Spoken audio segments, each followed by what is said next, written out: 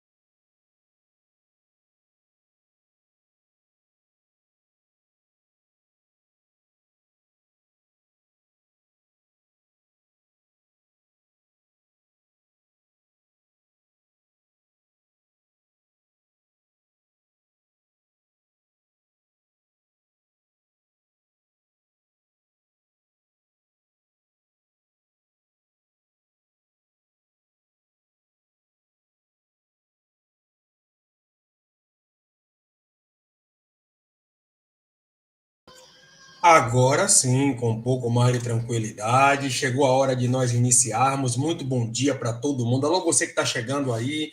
Lembrando que tem uma galera que não está podendo acompanhar ao vivo, porque está com as suas situações pessoais, né? Alguns com simulado, gente que está até em corrida agora pela manhã, e meio às suas demandas religiosas também, e por isso acabaram, ou melhor, acabarão por não assistir online, certo?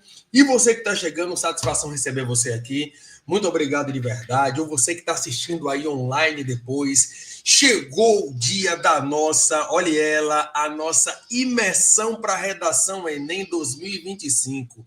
É aqui que você saberá, dentro do possível, tudo, mas tudo mesmo, que vai envolver as possibilidades para a sua produção de texto, tá bom? Então começamos aqui um pouquinho depois do horário. A galera que for chegando, se puder, vá dando seu bom dia aí, que seu comentário vem para a tela, viu? E queria te convidar também para participar da nossa, na verdade não é nem uma turma, tá mais com uma pegada de estudo dirigido para a UNEB 2026, ou seja, para o atual vestibular da UNEB.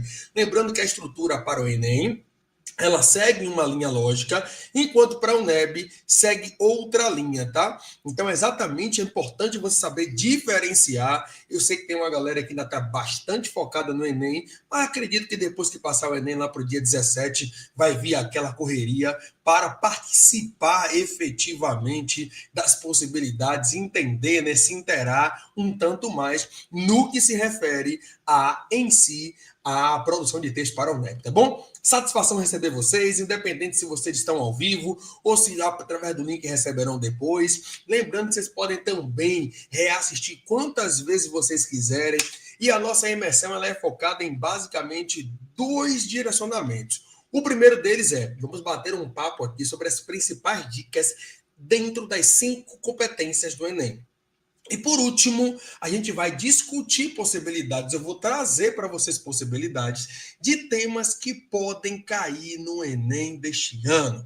Então, vamos dar aquele apanhado geral no que se refere à produção de texto em si, tá? Relembrando as 5 competências, o que é que não pode faltar. E do outro lado, por último, a gente vai justamente sugerir para vocês possibilidades dentro daquilo que o atual governo, dentro daquilo que os atuais mandatários do Ministério da Educação têm seguido. Belezinha? Maravilha, aquele salve, muito bom dia. Vamos jogar duro, viu, velho? Chegou a hora da onça beber água. E para isso, eu já gostaria, lembrando de novo, hein? Se você quiser participar, pode parecer que você está sozinho aqui. Minha internet, na verdade, deve estar oscilando bastante, que eu estou vendo que a minha imagem está ficando um pouco desfocada. Peço desculpas a vocês por isso, tá? Mas independente de qualquer coisa, se tem alguma dúvida, se você quer fazer algum comentário, pode ficar à vontade e trazê-lo para o chat, viu? Não tem bobagem conosco. A ideia é que você interaja, a ideia é que você participe, beleza? Porque não apenas eu falar, mas sim você sanar suas dúvidas dentro do possível, certo? Então, vamos lá. Vou trazer aqui para a tela, nesse primeiro momento, a linha inicial daquilo que nós iremos abordar. E claro, velho, eu quero falar com vocês sobre a famigerada, a temida competência de número 1. Professor, por que famigerada? Por que temida? Porque geralmente, quando se fala em Enem, as pessoas que tiram 960, elas acabam pecando na competência de número 1. Lembrando que para você poder perder ponto na C1, você tem que cometer 2 desvios ortográficos diferentes, tá? Então é fundamental que você se atente a isso. Não é porque você cometeu 2 erros. Por exemplo, às vezes você esqueceu de colocar 2 crases, é o mesmo desvio ortográfico. Então a tendência é que você perca 20 pontos, mas você já sabe que a nota do Enem ela só cai de 40 em 40. Então, digamos assim, que se um corretor te der 960 e o outro te der 1000, provavelmente vai para um terceiro para ele poder avaliar se você está próximo da glória eterna ou se você está próximo daquele quase, aquela batida na trave, aquela bola tirada em cima da linha e que lamentavelmente não te deu nessa oportunidade. Nos últimos anos também, o Enem, você já deve ter observado, ele basicamente tem dificultado o seu nível de correção, o que tem exigido dos estudantes um número maior de atenção. Por exemplo, prof, diga aí, é só você analisar que nos últimos anos, nós tínhamos, antes da pandemia, um número de cerca de mais de 20 pessoas conseguindo fechar a redação do Enem. E nos últimos anos em si, esse número está próximo de uma dezena, ou seja, caiu pelo menos 50%. Tá? Lembrando que algumas coisinhas como citações genéricas, modelo de texto pronto, os corretores já têm um traquejo, eles já conhecem as manhas, eles já sabem qual é o caminho das pedras e vão tirar ponto de vocês, viu? Então não vacile com isso, por favor. Beleza? Bom, vamos lá colocar então agora na tela, depois de fazer esse apanhado inicial, para que vocês possam exatamente entender onde é que eu estou querendo chegar, tá? Se a imagem, porventura, não estiver legal, se não estiver definido bem aí na sua tela, você, por favor, me informa que eu dou um jeitinho para que a gente possa, ou melhor, para que você, né, possa visualizar. Em alguns momentos eu vou aparecer um tanto de lado, em alguns momentos eu vou aparecer um pouco embaixo, ou se eu quiser focar mesmo, eu vou até sair da tela e você continuará, Peraí. Eu vou até sair da tela e você continuará me ouvindo aí tranquilamente. Maravilha? Vamos lá então. E aí, meu profinho? Me diga uma coisa, velho. Esse negócio envolvendo a competência 1, o que é que pega para mim? Você tem que se atentar na palavra-chave para compreender a competência 1. Que palavra é essa? Domínio da norma culta padrão da língua portuguesa. Então, o termo é domínio. O que é dominar? É ter propriedade, é ter segurança e, principalmente, saber utilizar a língua portuguesa com precisão. Não precisa se trazer palavras arcaicas, entre aspas, falar bonito. Não, só falar com clareza, atender às regras gramaticais que são pedidas e aquela situação que muitas vezes faz o aluno não conseguir tirar o 1000, que é o quê? Fazer a inversão gramatical, que seja morfológica ou sintática. E isso eu vou te mostrar aqui hoje. Lembrando a você que por ser uma aula de revisão, a gente dá uma pincelada em alguns termos, tá? Então a gente não tem como aprofundar, mas se você tiver dúvida, o chat tá aí para você. Eu tô vendo que já tem gente aqui me assistindo, certo? Na verdade já tinha desde o início, né? Tem uma galera aqui me assistindo. Por favor, se você puder, dê pelo menos um bom dia aí. Você que é meu aluno, você que foi meu aluno ou minha estudante, tá? Você que não foi, se manifeste no chat, seja sem vergonha, dê aquele salve no nosso domingão pela manhã. Ah, enquanto isso, daqui a pouco eu coloco seu comentário na tela, tá? Lembrando, para quem chegou depois, seu comentário vem para a tela, beleza? Se você comentar. Ó, já colocaram aqui, ó, que beleza! Bom dia, Tito! Alô, Bia! Bia é unebiana, viu? Bia já é estudante da UNEB. Aquele salve, Bia, fazendo arquitetura. Saudade da minha casa, que maravilha, meu bem, te ver por aqui.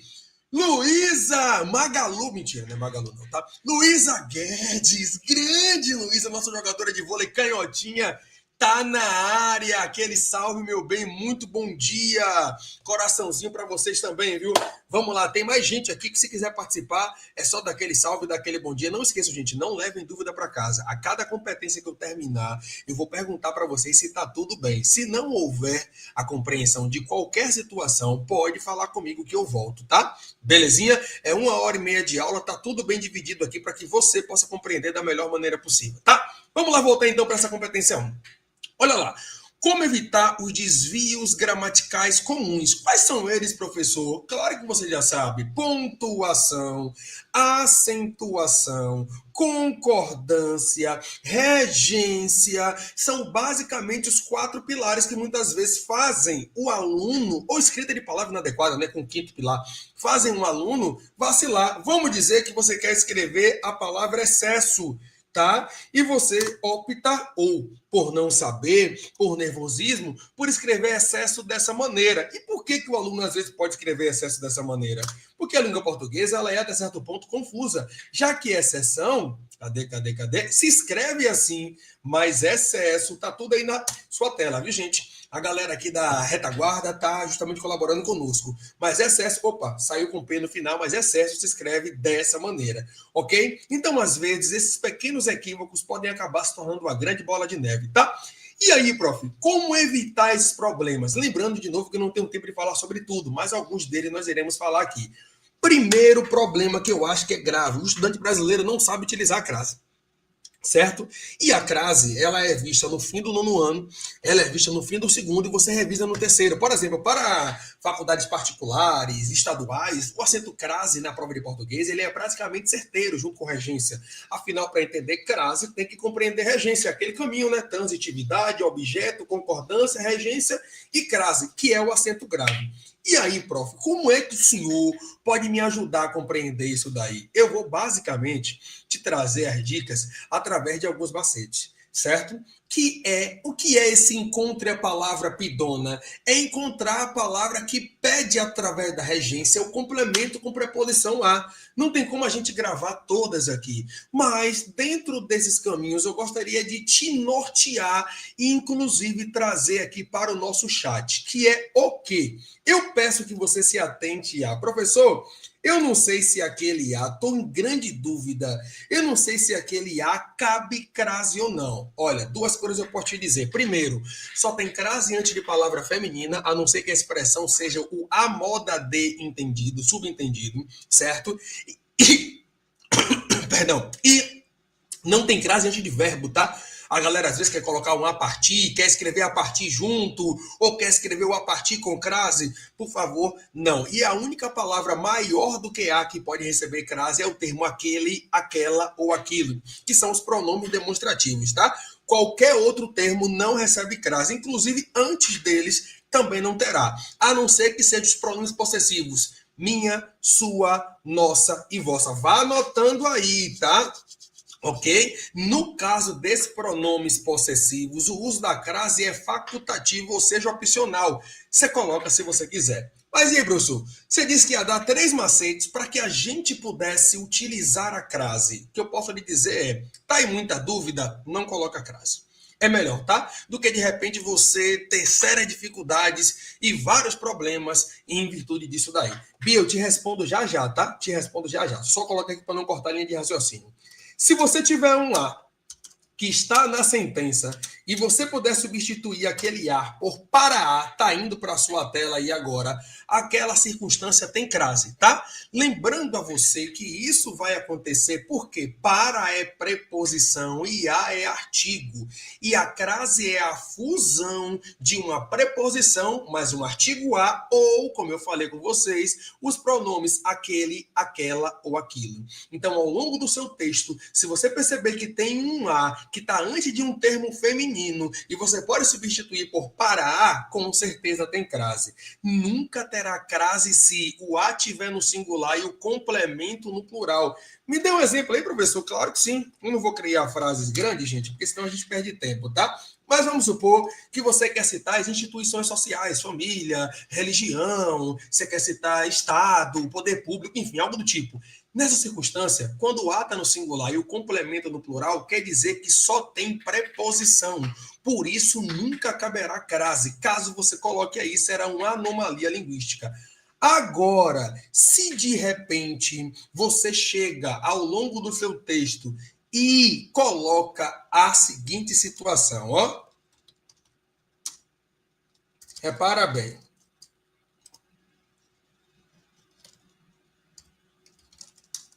Devolver a dignidade, vamos lá, dignidade à população. Vou colocar aí dessa maneira e daqui a pouco a gente vai fazer as devidas colocações, tá? Bom, para isso você precisa ter uma linha lógica de regência, tá? Que eu vou tentar te explicar, pelo menos para o primeiro caso aqui agora, belezinha? Qual é o primeiro caso? Do verbo devolver. Quem devolve, devolve algo. Quem devolve, devolve alguma coisa. Então, o verbo devolver não pede preposição. Isso quer dizer o quê, meu profinho? Que esse primeiro a que você está vendo na tela nunca receberá crase. Belezinha? Nunca. Agora, o segundo, olha o que você pode fazer: devolver a dignidade para a população. Então, quando você encontra um caso desse tipo, é sinal de que a crase será inserida. E seu exemplo ficará da seguinte maneira que já está aí na tela, ok? Então, primeiro macete para o uso da crase. Já tendo Bia já. O comentário dela vai subir, mas eu vou trazer aqui para a tela, tá? E ela tem razão ali no que ela está falando. Outra possibilidade, ainda com essa mesma linha de raciocínio. Qual, meu profil? Me diga aí, por favor. Claro que sim.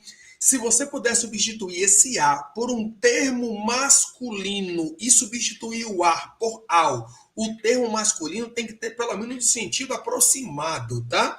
Você absolutamente também poderá colocar crase. Como assim, prof? Claro que sim. Devolver, repara bem, devolver a dignidade ao povo. Olha só, devolver ao povo não é o mesmo que devolver à população? Então você trocou o a por ao, você colocou um termo masculino e assim faz-se a prova real para justamente saber como utilizar a crase. O segundo macete para ela, você acabou de visualizar. Ok? Repetindo, trazendo de novo para a sua tela. Se puder substituir ar por para a, tem crase. Lembrando que o termo seguinte tem que ser um termo feminino. Se for um termo masculino, nem vai caber para a, vai caber para ao, certo? E aí, nesse caso, não vai ficar legal. Aliás, perdão, né? Para ao também não vai caber. Afinal, para é preposição, o a é preposição e o o é artigo. E não pode ter duas preposições juntas. Belezinha? Então, segundo macete para a crase já está aí na sua tela, que é essa situação de trocar o termo feminino por um masculino. Professor, e qual é o terceiro macete para que eu possa entender a crase? Lembrando que a crase é um assunto denso, como eu falei, né? Nossa aula de hoje é uma aula de revisão. Naturalmente, você sabe que eu não posso explicar tudo, tá? Sempre frisando isso para que nada fique no ar. Os verbos que indicam destino, quais são eles? Ir, vir, voltar, voltar e chegar são regidos pela preposição a. Vai aí para a sua tela, tá? Se eles são regidos pela preposição a, eu posso lhe dar um macete, que é uma musiquinha, né? Como eu brinco com vocês em sala de aula. Que musiquinha é essa, profinho? Vamos lá. Se eu vou a e volto da, crase a. Se vou a e volto de, crase não irá existir. Então, olha essa.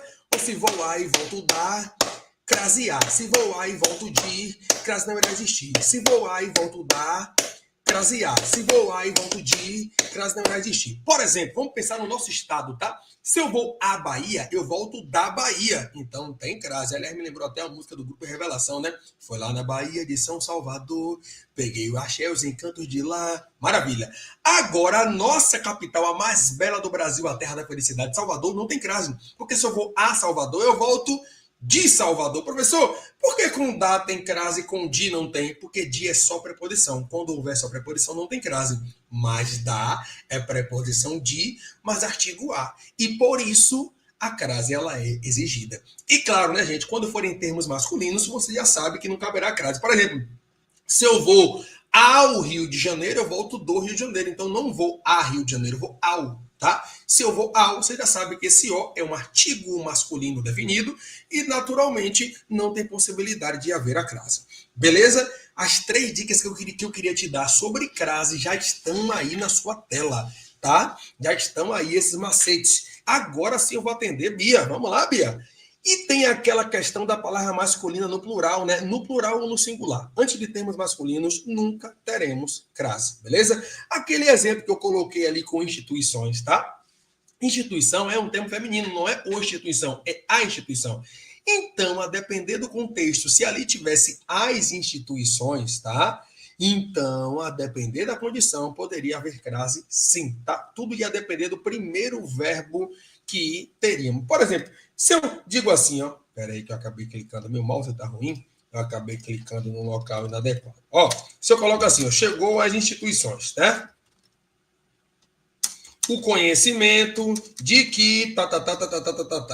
Vamos lá, vamos pensar que essa frase está na modalidade oral, viu, gente? Nem sempre eu vou criar com um contexto seu de Enem.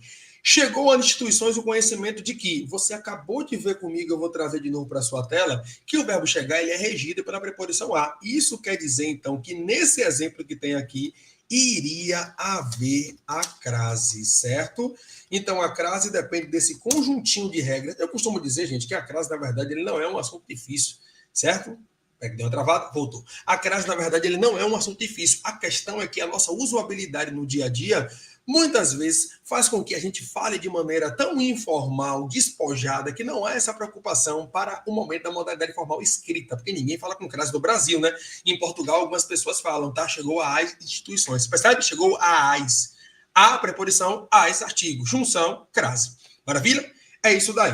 Primeira situaçãozinha da competência número 1. Eu vou focar mais em algumas competências, tá? Como é o caso da 1, a 3 e a 5. A 2 e a 4, vamos dar uma pincelada bem superficial, porque são aquelas que eu, pela minha experiência, percebo que vocês têm maior domínio. A 2 fala sobre a estrutura, ensino o texto dissertativo argumentativo, enquanto a 4 fala sobre a coesão textual. Belezinha? Vamos nessa. Olha lá a segunda possibilidade. Espera aí que eu vou tirar aqui da tela para eu poder posicionar. Falamos sobre a crase, tá? A segunda situaçãozinha sobre a acentuação que eu gostaria de trazer para vocês, e já está aí agora em sua tela, é a situação envolvendo virgulação. Professor, e aí, como é que funciona? Não se separa sujeito do predicado por vírgula. Então, é uma regra básica que você precisa saber, certo? Independente do tipo de sujeito, que são aqueles 5 que você deve imaginar, né? Simples, composto, oculto, elíptico, implícito ou desindencial, indeterminado ou, no caso, sujeito inexistente, oração sem sujeito, certo? Nunca vai se separar o sujeito do predicado por vírgula, então, por favor, não cometa esse equívoco. Por exemplo, eu chego e digo assim, ó, o Brasil, vírgula, vive uma crise sem precedentes, tá? Coloco para você isso aí. Isso aí o viver. Espera aí, então, que eu vou corrigir. O Brasil vive uma crise sem precedentes. Pronto, agora sim, para poder justamente não sair um negócio esculhambado aí na sua tela, né? O Brasil vive uma crise sem precedentes. Você trouxe essa afirmação em algum momento da sua produção de texto, certo? O Brasil é o nosso sujeito. Sujeito simples, tem um núcleo que é Brasil. O predicado começa no verbo, gente. Olha o verbo viver ali. Então, essa vírgula aí nunca poderá acontecer. Professor, mas por que quando eu coloco no Brasil, vírgula, há uma crise sem precedentes, que é a mesma linha de raciocínio, essa vírgula não está errada? Ah, porque aqui você exatamente fez uma coisa que o Enem lhe pede, que eu vou falar daqui a pouco, que é o quê? Você fez a famosa inversão sintática. É sério, meu profinho? Creia, sem você perceber, você fez. Por quê? O verbo haver, ele está no singular, ele é sinônimo de existir. Isso quer dizer o quê? Que nós temos uma oração sem sujeito, certo? Nós temos um sujeito inexistente. Tudo bem? Beleza. Uma crise sem precedentes é o complemento a o quê? Uma crise. Uma crise é o seu objeto direto. Então, veja, a frase, na verdade, ela começa do verbo haver, que é o único verbo que tem nessa sentença aí. Vá visualizando, tá? Pronto, encontrei o verbo haver aí. É o único que tem nessa sentença, beleza?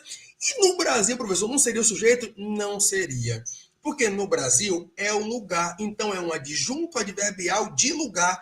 De acordo com a nossa tradicional organização direta da língua portuguesa, como é que fica a construção frástica, ou seja, da frase? Sujeito, verbo e complemento. Esse complemento, por exemplo, pode ser o quê? Um advérbio, um adjunto adverbial. Então, se você pega o advérbio do final e coloca ele no início, você acabou de atender uma necessidade que eu vou te explicar com detalhe daqui a pouco, que é fazer a inversão sintática, certo? Então, bote em sua mente, neste caso, no Brasil, não é sujeito. Neste caso, no Brasil, é adjunto adverbial de lugar. O sujeito aí é inexistente, porque o verbo haver é sinônimo de existir. É só você analisar que ele está no singular, mas sem precedente que está lá no final, está no plural. Ok? Belezinha? Espero que vocês tenham podido compreender aí o que eu quis trazer para vocês, tá? Vamos nessa, vocês já sabem que eu falo rápido, né? Pelo menos aqueles que são meus alunos, né? Quem não for, peço desculpas até. Tem gente que às vezes tenta assistir minha aula no e-mail, por exemplo, e diz que não consegue entender algumas coisas porque eu naturalmente já falo no e-mail, né? Eu acho até isso interessante. Bom, aí você tem ali, ó, é necessário dominar sujeito, verbo, oração e período. Sabe aquelas aulas desde o 8º ano que a gente fala que é importante você saber orações coordenadas e orações subordinadas? Pois é. Você não dá atenção para a gente, então você peca em duas competências. Como assim, prof? Claro, a primeira competência é a competência de número 1, do domínio da norma culta padrão. E a segunda competência é a competência 4, que é a competência da coesão textual. Por quê? Porque aquelas conjunções integrantes, conjunções coordenadas, conjunções subordinadas são os conectivos que a gente pede tanto que você utilize para deixar a sua fala, para deixar, perdão, a sua construção mais leve, evitando a repetição de palavras que vai acabar também acarretando numa nota ruim na competência de número 4, ok?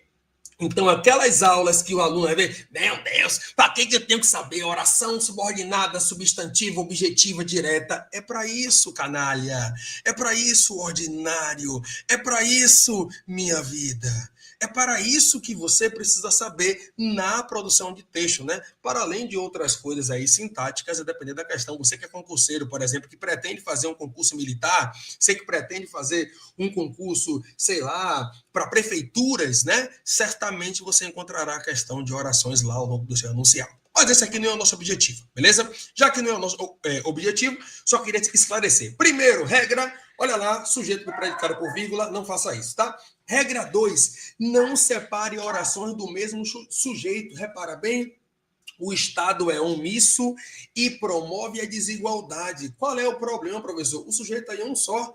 Que sujeito é esse, meu profinho? O Estado. Então, essa vírgula aqui jamais poderá existir, certo? E lembrando que aqui... Opa, cliquei numa situação sem querer, vai aparecer um negócio aí na tela. Daqui a pouco eu tiro, tá? Sempre essa barra infeliz aparece aqui para mim. Lembrando que você tem uma oração aditiva, certo? E nesse sentido aí, a oração aditiva, ela não aceita a colocação de vírgula.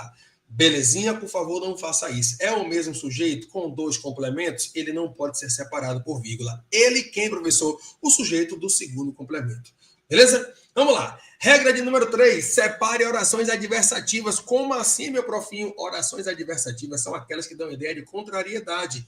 Orações coordenadas adversativas. Repara bem, os jovens querem privacidade e contam tudo na internet. Vamos supor que você trouxe esse exemplo. Professor, essa oração é aditiva? Não. Conectivo, você tem que tomar muito cuidado, porque a depender do contexto, ele pode mudar a sua linha de compreensão. E ao mudar a sua linha de compreensão, ele naturalmente mudará o seu significado e, consequentemente, a sua definição. Repara bem, os jovens querem privacidade, mas contam tudo na internet. Porém, contudo, entretanto, todavia, no entanto, além do i, né? Você tem aí alguns conectivos adversativos. Então, orações adversativas não usará vírgula. Ó, eu estou falando aqui sobre vírgula, mas quando eu vou explicar, e a maioria de vocês foi meu aluno de gramática, tá? Quando eu vou explicar esse assunto de orações, eu já vou lhe dizendo, o assunto de orações ele é preponderante para você saber como utilizar a vírgula e assim não acabar cometendo alguns equívocos na sua produção de texto. Entende? Então é isso que eu quero que você se atente. Situação seguinte. Olha aqui os conectivos que eu acabei de falar com você, tá? Vamos lá então. Regras fundamentais para a vírgula. Separe orações de sujeitos diferentes. Agora é diferente do caso de número 1. Se eu tenho um primeiro sujeito e um segundo sujeito, no meio eu tenho um conectivo, eles formam orações independentes, que são as orações coordenadas. Por elas serem independentes, cada uma tem a sua peculiaridade e elas não irão se misturar. Observa o caso de baixo. A gravidez precoce é um problema. Sujeito, quem é? A gravidez, tá? E agora você tem, e a sociedade permanece omissa. Sujeito da segunda oração, a sociedade. Então, inexistir a vírgula nesse trecho aqui, ó, é um problema que vai fazer você perder 20 pontinhos na C1. Ok? Essa vírgula aqui ela é obrigatória de acontecer exatamente por esse motivo que você cá está vendo. Ok? E eu vou só até a regra de número 5, que foi aquela que eu acabei de te explicar. Separe o adjunto adverbial longo ou curto. Falamos sobre isso na estante. Observa, na sociedade brasileira contemporânea, a violência se mostra grave problema. Aqui tem duas situações que eu quero chamar sua atenção, tá? Primeira delas é a inversão sintática do adjunto adverbial vindo no início. Em que local isso acontece? Sociedade brasileira. E aí eu coloquei um contexto, né? Contemporânea, odierna, atual, tá? Pronto. Se isso acontece, você precisa obrigatoriamente separar por vírgula. Só que aqui tem uma outra coisa deliciosa. Sabe, Ludmilla? Toda maliciosa, gostosa, praiana, selvagem, malandra. Olha aqui que delícia. Ai, que delícia o verão. A violência se mostra... Opa! Ih, rapaz, desci demais. Peraí, desculpe, gente. Fui clicar aqui e acabou fugindo um termo. Não é isso que eu quero. Peraí. Isso é que nós iremos falar daqui a pouco. Aqui, tá? Se mostra grave problema. Repara bem, o substantivo é em si problema. O adjetivo é grave. Então você acabou de cometer uma inversão morfológica. Sério, prof, sem querer, acredite se quiser. Isso é olhado pelo corretor, independente se você faz isso consciente ou inconscientemente. E ao ser olhado por ele, você está trilhando o caminho para galgar sucesso, ter êxito na competência de número 1. Porque a ordem direta aqui seria o quê? A violência se mostra um problema grave. Tá? Até você colocaria um artigo indefinido aí, um problema grave, certo? Só que nesse contexto, você fez a inversão morfológica e acaba se aproximando ainda mais do êxito na sua C1. Beleza? Mas, já que eu tenho falado tanto sobre ela, eu quero falar, velho, sobre algumas técnicas que você precisa dominar para conseguir brocar nessa C1, tá? E já que eu vinha trazendo situações anteriores, observe esse caso aqui agora, que eu vou colocar para você. O uso do travessão, meu povo, para poder substituir expressões grandes, onde tem uma vírgula no meio, tá? O uso de travessão, meu povo, para poder substituir parêntese. Faça isso, porque vai mostrar que você domina o adequado uso do sinal e pontuação. Então não tem por que você vacilar, velho. É a oportunidade de você também ganhar aquelas estrelinhas, sabe, positiva com o corretor. Observa ali o caso. Travessão explicativo, opinativo e exemplificativo. Eu quero focar com vocês porque não dá tempo, principalmente no primeiro e no terceiro, tá? Observe o primeiro. A Constituição Federal, norma de maior hierarquia no Brasil, você não colocou o tradicional Carta Magna, certo? Você colocou norma de maior hierarquia no Brasil, então utilizou um vocabulário que não é um vocabulário arcaico, mas é um vocabulário diferente, para além do clichê que o corretor já vai encontrar, afinal, muita gente vai se basear na Constituição Federal. O que eu não acho um problema, tá? Só depende de como e quais artigos ou elementos da Constituição que você irá utilizar, né? A nossa tradicional Constituição Cidadã. Observa. Nesse caso, você está colocando ali um aposto explicativo. Para se colocar aposto, você separa com vírgula ou com travessão. Então, primeiro caso, tá aí bem matado, tá aí bem morto. E agora, olha o terceiro caso, que é esse que me chama mais atenção. Por quê, professor? No caso do exemplificativo, que também está na linha do aposto, você coloca vírgulas no meio, velho. Então, se você coloca uma vírgula aqui e coloca uma vírgula cá, fica um fragmento confuso. E a ideia é deixar o seu texto cristalino para o corretor. O assédio Travessão físico, moral, psicológico. Veja, eu nem coloquei reticências, mas por eu colocar uma vírgula aqui, dá a entender que podem ocorrer outros tipos de assédio. Você entende? Mesmo não colocando, mesmo não colocando uma reticência nesse fragmento final. Então, nesse caso, eu diria para você que a colocação, a propositura do travessão aí, ela é preponderante. Ela é fundamental, ela é fulcral. Certo? Então, esse caso do exemplificativo, eu sempre oriento o meu aluno para facilitar. Como eu disse, se você coloca a vírgula ali, você pode, querendo ou não, acabar confundindo o corretor em meio aos seus exemplos. Ok? Belezinha? Bom, descendo, você tem aí a utilização de 2 pontos para poder fazer uma citação ou colocar um termo em evidência. Aqui você está colocando um termo em evidência. Olha de novo lá a inversão sintática. Olha o adjunto adverbial de tempo, agora lá no início, em 1988, falando sobre a nossa Constituição. Tá? Linguagem formal. É óbvio que você precisa entender que tem algumas palavrinhas que você deve evitar de utilizar. Por exemplo, em citações eu pego direto o aluno escrevendo: o filósofo não sei quem diz. Pessoal, às vezes o filósofo está morto. Então ele não disse, certo? Ele relatou, ok? Ele estudou. Então, muito cuidado com o verbo que você vai escolher para poder utilizar, porque o diz, nesse sentido, ele fica muito informal. Certo? Cuidado com isso, por favor. Você, por exemplo, que já tem contato aí com artigo científico na universidade, você sabe que tem todo um milindre, né? Tem todo um detalhamento ali das palavras corretas para poder se utilizar e, consequentemente, empregar bem ao longo da escrita do artigo. Você que está pensando em cursar direito, alô aí, vestibulando de direito, você sabe que essa é a área a qual mais possui aquele detalhamento e rebuscamento que eu acho até um tanto snob, sincero e francamente, tá? Você está utilizando a linguagem a fim de dificultar a compreensão das pessoas e para mim esse não deveria ser o objetivo, ok? Passei por aqui rapidinho, mas não é o que me interessa. Utilização de verbos irregulares me interessa. O que é isso, professor? Repara bem. O verbo irregular é aquele que tem uma maneira de se conjugar distinta da tradicional. Além de ter aqueles verbos anômalos, né, ou defectivos, que não apresentam alguma conjugação. Repara bem, olha só esse exemplo que tem aqui. E esse exemplo mostra o primeiro caso de inversão sintática que eu quero que você visualize. Foca comigo aqui, por favor. Enquanto o povo se mantiver omisso no ensino da Constituição Federal, haverá graves problemas no Brasil. De novo, isso aqui tem uma inversão sintática. A primeira oração é essa, ó. Haverá graves crises no Brasil enquanto o povo se mantiver. É tipo o hino nacional, sabe? Ouviram do Ipiranga as margens plácidas. Quem foi que ouviram do Ipiranga? As margens plácidas. Então, o correto seria as margens plácidas que ouviram do Ipiranga. É a mesma coisa que está acontecendo aqui. Você tem de novo um sujeito inexistente ou oração sem sujeito. Veja que o verbo haver, sinônimo de existir, está no singular, ainda que o complemento esteja no plural, embora isso aconteça. E por que inversão sintática? Porque você começa com enquanto, velho. E enquanto é um conectivo de que tipo, profinho? Temporal, da oração subordinada adverbial temporal. Então eu consegui, ainda que eu não quisesse, em que pese eu não quisesse a colocação dessa inversão sintática, é isso que ele quer de você. Então, inverter sintaticamente a frase nada mais é do que isso. Só que eu quero falar sobre isso, sim, tanto que já trouxe vários exemplos aqui. Só que nesse caso eu estou querendo que você foque nos verbos irregulares. E como é que vai funcionar?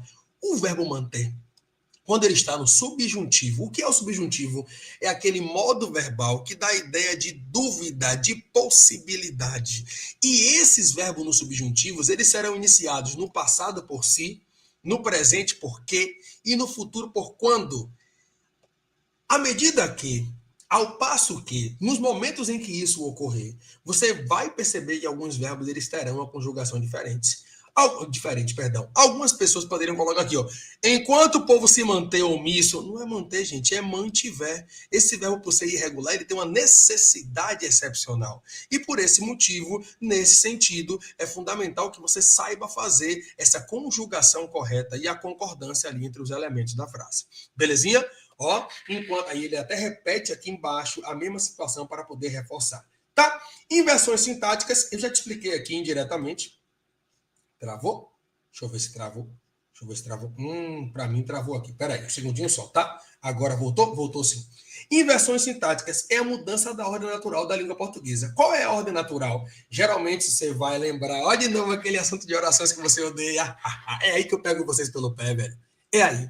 Nas orações subordinadas, que são essas que tendem a pedir inversão sintática, tá? Você primeiro tem a oração principal, na maioria dos casos, a maioria, tá? Se você tem, por exemplo, uma oração substantiva, vai acontecer isso daí. Primeiro a oração principal, certo? Depois a subordinada. Só que tem alguns casos de orações adverbiais, como esse caso da temporal aqui, tá? É muito comum em orações proporcionais, à proporção que, ao passo que, à medida que as coisas foram acontecendo, o governo foi tomando. Você percebe? Nesses casos, já muitas vezes, o conectivo vem na frente. Então, essas orações facilitarão a sua utilização correta dessa inversão sintática, tá? Que é exatamente isso. A ordem natural, sujeito, verbo, complemento. A ordem ilógica, você pode trazer o verbo, ilógica não, né? Perdão, que não é ilógica, é a ordem inversa. Tá? Você pode trazer o verbo na frente, ou o que é o mais tradicional, porque se você traz o verbo na frente, você vai ter que provavelmente colocar esse sujeito entre vírgulas para separar ele do predicado, porque o sujeito não pode estar ligado direto ao predicado. Então pode ficar um período muito confuso, tá? A depender de como você queira trazer. O comum é trazer o complemento para o início, que foi aquele caso dos advérbios que nós vimos ali. Beleza? Isso é inversão sintática. E aí, para terminar, olha aqui o exemplo que você tem. A intolerância religiosa acontece no Brasil, apesar de ser proibida pela lei. Lembrando que esse foi o tema da redação do Enem 2016, que falaremos aqui ao final da aula, tá? Então você tem aí essa colocação. Observa, o conectivo apesar de é um conectivo também adverbial, embora, apesar de, em que pese, mesmo que seja proibida pela lei, a intolerância religiosa acontece no Brasil. Esse é um conectivo concessivo das orações concessivas. Professor, o que é ser concessivo? É abrir uma exceção, é um fato excepcional. Entre muitas aspas, o concessivo parece com um adversativo. Parecer não é ser igual. Até porque uma é coordenada, a adversativa, e a outra é subordinada, a concessiva. Parecer não é igual. Tá? Além de outras N situações, você tem essa, entre aspas, similaridade entre elas. Então, quando você faz essa inversão sintática, olha o que eu trago aqui para você.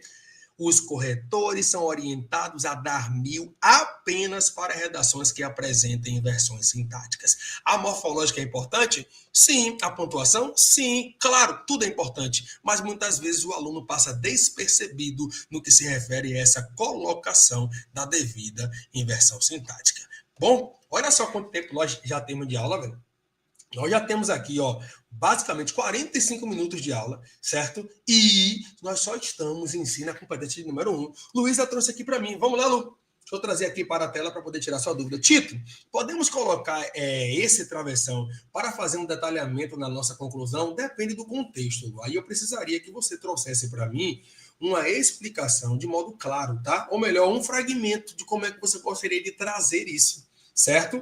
Então, não quer dizer que seja proibido, terminantemente proibido. Não, depende do contexto. Eu acredito que, dependendo do contexto, seja possível. Mas se eu disser a você que te indicarei cegamente, não, eu precisaria ver esse contexto, tá? Para detalhar o agente, nesse caso, para poder fazer isso na nossa C5, eu acredito que seja melhor você utilizar o tradicional mesmo, a separação por vírgula, a não ser que o seu fragmento já esteja todo virgulado. E aí, se isso ocorrer, realmente eu vou pedir aquele olhar um tanto mais apurado e diferenciado para poder fazer essa compreensão.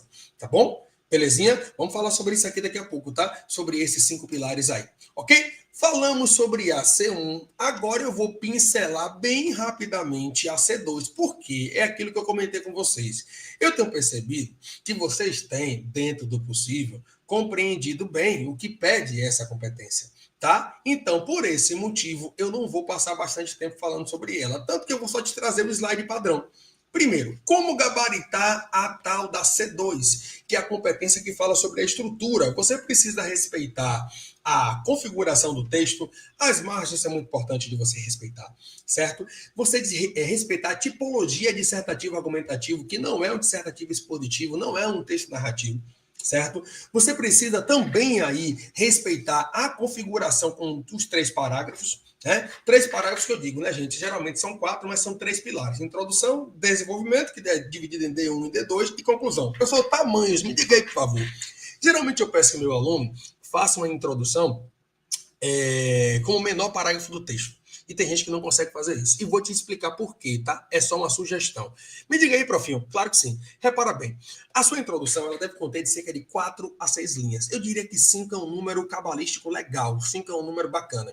O seu desenvolvimento é hora de você trazer o seu repertório. Eu peço que você, por favor, por falar em estrutura, comece o seu texto com repertório. E agora chegou a hora da baixaria. Professor, que baixaria? Vamos lá então, para você poder entender o que é que eu estou falando. Gente, o Enem, este ano, na verdade, desde o ano passado, ele não está a fim de tolerar repertórios genéricos. Então, às vezes, você quer citar filósofos de um período que nem existia Brasil. Você quer citar Platão, Sócrates, Aristóteles. Você quer citar a galera da Revolução Francesa lá? Você quer falar, por exemplo, de John Locke, do Iluminismo? Você quer falar de Montesquieu? Essa galera está num contexto diferente do nosso. E muitas vezes você citar esses elementos para uma realidade do Brasil vai precisar que você faça uma contextualização com o nosso cenário. E uma contextualização clara. Se for uma contextualização superficial este ano e ano passado, o Enem começou a tirar ponto por isso. Isso está na nossa cartilha. Inclusive, se alguém quiser, eu posso até encaminhar, já que nós não temos o grupo, né? Já que esse aulão é excepcional, eu posso encaminhar. Então, você encontra facilmente na internet, tá? A cartilha para você falando sobre isso. Por favor, evitem citações superficiais, as famosas citações genéricas. Mas se você puder, outra dica que eu vou lhe trazer aqui agora, tá? A gente, professor, principalmente por ser da área das letras, nós já estamos acostumados. Imagine só, gente, você tem que corrigir cerca de 100 redações por dia. 100 redações por dia. Imagine, todo mundo citando Constituição, todo mundo citando o mesmo filme. A gente, professor, os olhos acabam sendo saltados quando nós encontramos algo, por exemplo, da literatura, um contexto literário de vanguarda europeia, um contexto com a obra do realismo, um contexto com a obra do modernismo e um contexto com propriedade, tá? Um contexto realmente muito bem trazido. Se você puder trazer um contexto literário é muito importante. E literário para obras, porque a maioria das pessoas citam Constituição ou leis, tá? Que aí pode ser direitos humanos, pode ser Código Civil. Então, vamos lá, pensar nesses 3 pontos. Vão citar filme, que é muito tradicional, belezinha. E algumas pessoas, entre aspas, citam música, mas música também precisa ter um contexto bem específico para poder ter essa compreensão, principalmente se a música for uma música em língua estrangeira. Então, muito cuidado com você que está querendo trazer citações estrangeiras. Profinho, o que é que você me dá de dica? Eu gostaria que você pensasse em pensadores brasileiros, até saiu redundante, né? Pensasse, que você lembrasse, estudasse, buscasse pensadores brasileiros. E eu tenho alguns para lhe indicar, tá? Todos eles, inclusive, estão vivos, então estão dentro da nossa sociedade atual. Me diga aí, professor. Vamos lá. Primeiro deles, o brilhante Leandro Carnal. Logo depois, Mário Sérgio Cortella, tá? Leandro Carnal é historiador, Cortella é sociólogo. Você tem a também historiadora Lilia Moritz Schwartz, tá? Historiadora maravilhosa. Aí você tem Clóvis de Barros Filho, historiador também. Você tem o filósofo Luiz Felipe Pondé. Você tem a brilhante Djamila Ribeiro, professora, que escreveu o livro Pequeno Manual Antirracista. Então, se for algo que venha tratar, eu sei que no último ano já caiu, mas se for algo que venha tratar sobre essa questão de visibilidade, aliás, se tem uma citação que a gente, corretor, já está cansado, é uma de Djamila que vocês dizem. Djamila fala que um problema para ser discutido e tirado da invisibilidade, ele precisa ser discutido, algo assim, tá? Um problema para ser tirado da invisibilidade precisa ser discutido. É outro clichê. Fuja um pouquinho dessas tendências tradicionais, certo? Saia um tanto da caixinha, ok? Então, ao pensar em repertório, eu peço que você se atente para isso, por favor. O seu repertório tem que ser um repertório distinto, tá? De um seriado, não tente trazer uma temporada inteira, não. Tente trazer um episódio específico, cite o nome de um personagem e tudo de maneira resumida, reduzida no D1 e na D2. Na introdução, é só o spoiler mesmo. Embaixo, você pode desenvolver melhor aquilo, certo? Ok? Então, por favor, se possível, comece o seu texto com repertório. Um repertório com texto. Tito, caiu algo sobre meio ambiente. No Brasil, nós temos uma referência que fala sobre isso, milita há muito tempo nessa área, que é Marina Silva. certo? Então você pode, dentro do possível, sair um tanto da caixinha dessa galera. Segundo Bauman, na sociedade líquida, a gente já está cansado disso daí, tá? E isso leva para a linha, a depender do contexto, de um repertório genérico, ok? Este é o que eu estou lhe dizendo hoje. Vou pegar no seu pé que eu quero saber a sua nota depois, viu, sua ordinária? Viu, seu danado? Eu quero saber sua nota depois. Então, por favor, vá aí fazendo anotações daquilo que eu estou aqui trazendo para você poder se atentar.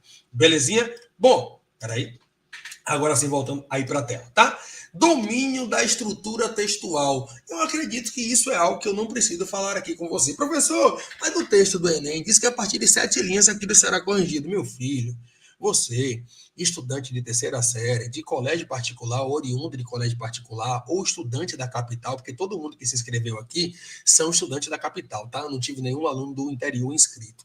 Você já sabe que aquilo dali é exatamente uma forma de não mostrar o quão precário é a educação brasileira. Você não pode seguir aquela linha. Sua mãe já lhe disse que você não é todo mundo. Então, ele pede mínimo de 20, máximo de 30, mínimo 25, máximo de 30. Minha vida nunca escrevo mínimo. Eu sempre peço para os meus alunos que tentem escrever de 27 linhas em diante, tá? Porque o mínimo pode soar para o corretor que você está com poucas ideias. A letra grande demais, cuidado com isso. A letra pequena demais, eu tenho que entender o que você escreveu, certo? Então, se atente a isso. Foco temático, cuidado para não fugir do tema, seja fugir parcialmente ou integralmente. Aí eu gosto de trazer o exemplo do tema da redação do Enem 2013. Deixa eu até colocar ela aqui para vocês na tela. Tá? Peraí. Deixa eu tirar isso. E deixa eu agora colocar aqui para vocês na tela. O tema da redação do Enem 2013 falava, professor, sobre o quê? Deixa eu descer aqui um pouquinho. Pronto, os efeitos para a implementação da lei seca no Brasil. Tá aí na sua tela, tá? Tá aí grandão em sua tela. Vou até sair aqui agora. Olha ali 2013. Olha ali. Você acredita que muita gente nesse ano aqui, mais de 1.000 pessoas, então mais de 1.000 pessoas escreveram sobre a seca no sertão? É óbvio que você tem aí, nesse sentido, uma fuga total do tema. Professor, eu não quero ler os textos de apoio. Não é querer, é precisar. Você precisa ler por 2 motivos. Pode acontecer, de repente, de o seu repertório ser exatamente o mesmo. Às vezes é um caso que virou comoção nacional. E por ser comoção nacional, a tendência, filho, é que ele apareça como texto de apoio. E aí você pode cair na linha do plágio. Plágio é crime, não pode copiar. Professor, eu quero copiar um trechinho. Não faça isso, você vai perder ponto. Está escrito lá nas normas que textos copiados serão desconsiderados, certo? Então, aquele fragmento que você é uma linhazinha só, vai passar o sarrafo e vão cortar, ok? Por favor, não cometa esse deslize que é fundamental. Então, e outra, tem gente que às vezes quer explicar demais e acaba saindo do tema. É a galera que sai da linha da fuga parcial, certo? Que segue a linha da fuga parcial. Não vacile, não cometa esses deslizes, porque você sabe o quão está sendo ansiado por você esse vestibular. A galera já está ficando com cabelo branco, ainda que seja adolescente, porque a pressão em cima de vocês, a gente sabe que é muito grande, porque em cima da gente, professor, para poder se ter um resultado positivo, também é, tá bom? Então eu trouxe isso aqui nesse momento para que você pudesse visualizar, certo? E vou voltar a trazer para a tela aquilo que a gente vinha conversando, tá? Então, por favor, obedeça à estrutura, não se perca e muito cuidado. Leia o texto de apoio para que ele possa lhe dar um bojo. Às vezes, aquele repertório trazido no texto de apoio vai ser fundamental para que você possa lembrar de algo. Então, foque no tema. Fique fissurado nele, seja tarado pelo tema, tá? E outra coisa que é o repertório sociocultural. Meu filho, repertório gastronômico, histórico, geográfico, artístico, literário, qualquer tipo de repertório que você tiver, traga. Por exemplo, ano passado, a valorização da herança africana do Brasil. Nós estamos em Salvador. Salvador é a maior capital, a maior cidade preta fora da África. Você já sabe disso. Mais de 75% da população de Salvador se considera preta ou parda. Você já sabe disso. Quer dizer que 3/4, mais de 3... Tito, não lembro o número certo. Como é que eu faço? Utiliza uma aproximação. 2/3, mais de 2/3. Esse caso mais de 3/4, mais de 75%. Você não precisa gravar o percentual ipsis literis, não precisa, gente. Seja sagaz. Vai dizer que você não sabe, por exemplo, que ao se falar numa temática como essa, você poderia seguir a linha do cabelo. Como assim, professor? O cabelo preto, o cabelo black, o cabelo trançado antigamente era visto, inclusive, motivo de piada pelo ex-presidente Jair Bolsonaro, que gerou processo.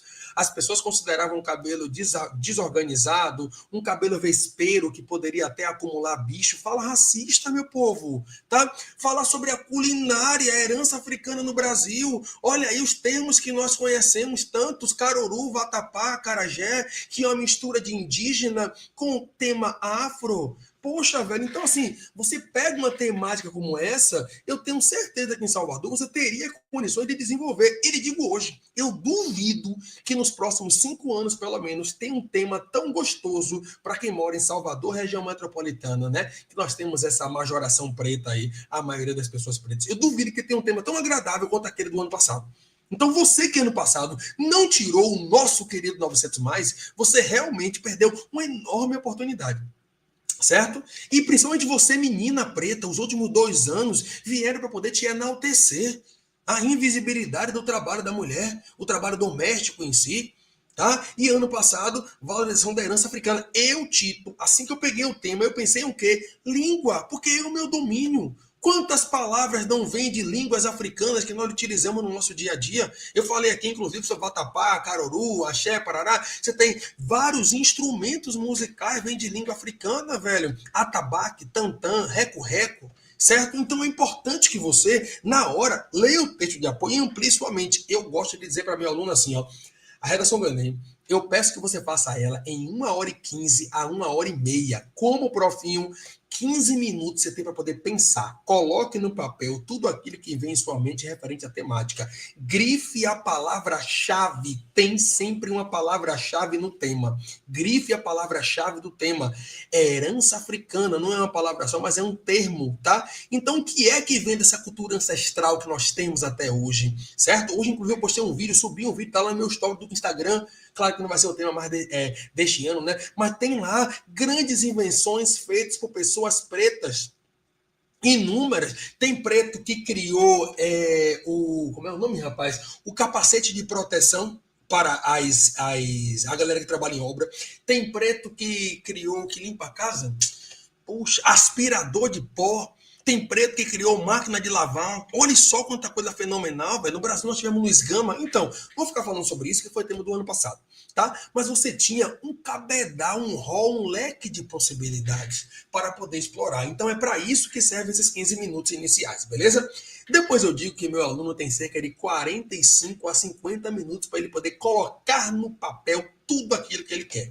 Então é hora de você fazer o seu plano de texto. Rascunho é algo muito esdrúxulo, é o plano de texto, se programar, se planejar, beleza? E outros 15 a 20 minutos para que você possa transcrever. E, por favor, ao fazer a transcrição, evite querer inserir ou retirar alguma coisa. Quando isso acontece, o número de linha pode ser extrapolado. Você pode esquecer alguma palavra. Você pode deixar um termo com o texto, um fragmento com a concordância errada, tá? Então, evite fazer mudança do seu plano de texto para a folha definitiva. 1h15 a 1h30 é um tempo bacana para que você possa fazer a produção. Por quê, professor? Porque, na minha opinião, quando você passa de 1h15 a 1h30, você começa a prejudicar a sua resolução das questões objetivas, que são aquelas de marcar. Tá? Então se atenta a isso, por favor. Falamos sobre a C2, tá tudo bem aqui, gente? Posso continuar? Alô, você que tá aí. Alô, você. Alô, você que tá aí, por favor. Me diga se eu posso continuar. Tem alguma dúvida? Já posso ir para a C3 enquanto eu tomo aqui um golinho de água? Venha de lá.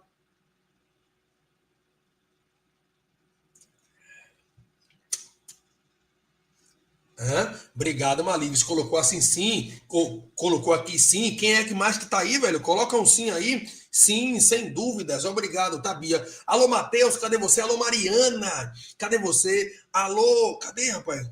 Poxa, esqueci o nome. Alô, Guilherme, cadê você? Alô, Davi, cadê você? Alô, Aline. Essa galera que era para estar, pelo menos, aqui, né? E você que eu sei que vai assistir depois, tem gente que eu citei aqui, por exemplo, Davi já me disse que não ia poder assistir online, né? Mariana me disse que eu não ia poder assistir online. Estou citando aqui você, certo? Então, alô, Davi! Ah, tem dois Davis, tem um Davi com Y e tem um outro Davi, grande jogador. Que jogador esse Davi, velho.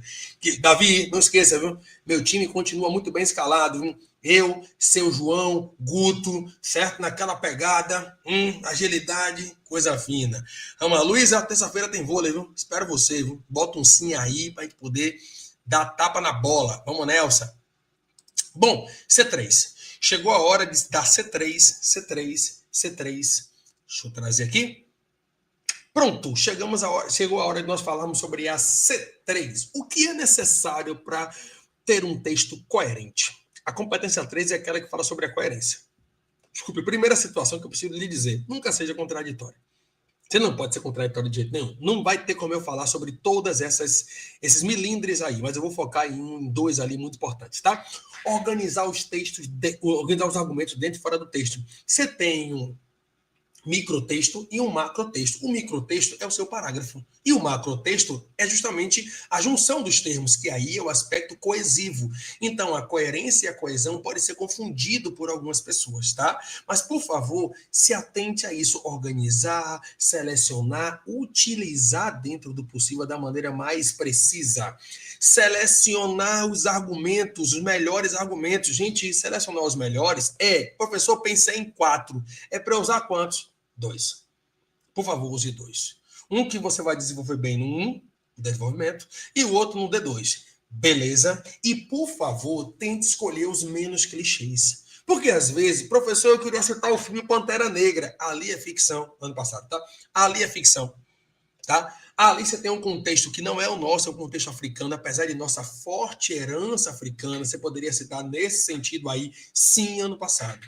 Tá? Mas tente trazer algo para uma realidade nossa. Por favor, a realidade de Brasil. O tema quer falar de Brasil. E se você puder contextualizar com algo da redemocratização do Brasil para cá, que é essa nossa história de atualidades, será muito importante. Ou seja, se o seu repertório estiver dentro do contexto de 1985 para cá, com certeza, os últimos 40 anos, você com certeza terá algo importante. Aliás, dica, viu? Prova de história, por favor, não esqueça. Ah, professor, vem cá, meu profinho, já seria alguma coisa sobre temática? Quem sabe? Quem sabe se não seria? Aliás, duas coisas, tá? Primeiro, falar sobre isso.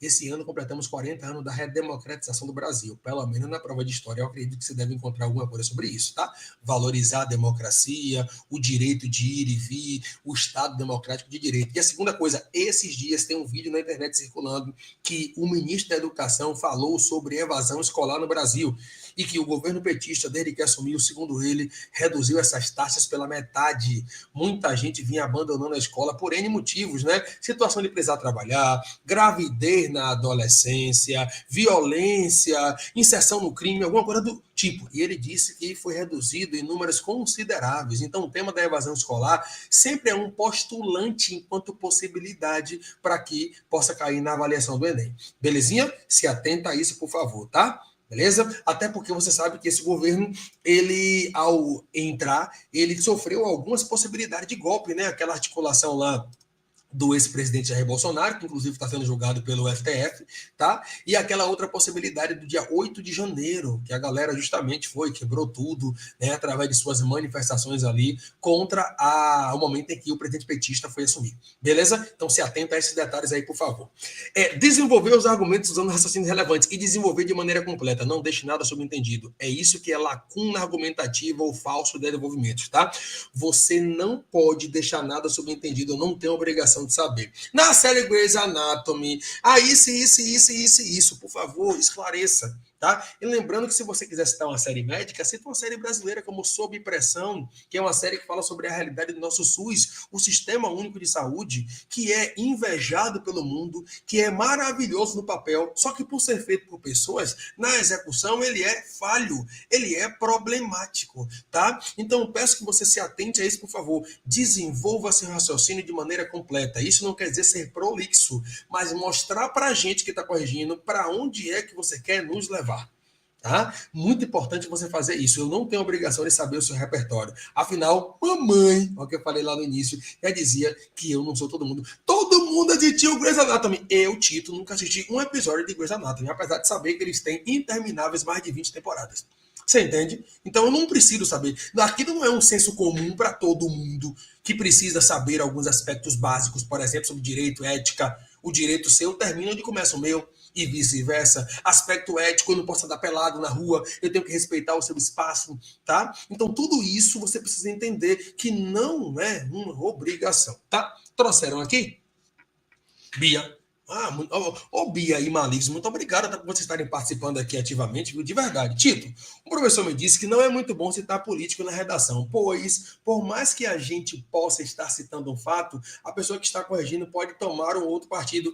É verdade, eu concordo com o professor. Tá? Nesse mundo polarizado que nós vivemos, as pessoas são taxadas como petralhas, os petistas, ou coxinhas, os bolsonaristas. E esse extremismo nos leva à ignorância, de muitas vezes ao entender que aquela opinião contrária, aquela opinião diferente, é uma opinião partidária, e na verdade não é. Gente, ser político é viver. A maneira que você veste é política. Onde você anda, com quem você está, o que você escuta, a maneira que você fala, tudo isso é político. Porque o que é político? Tá? Político vem de polis, em si, o grego antigo. E o ser político era aquele que se importava com os anseios da cidade.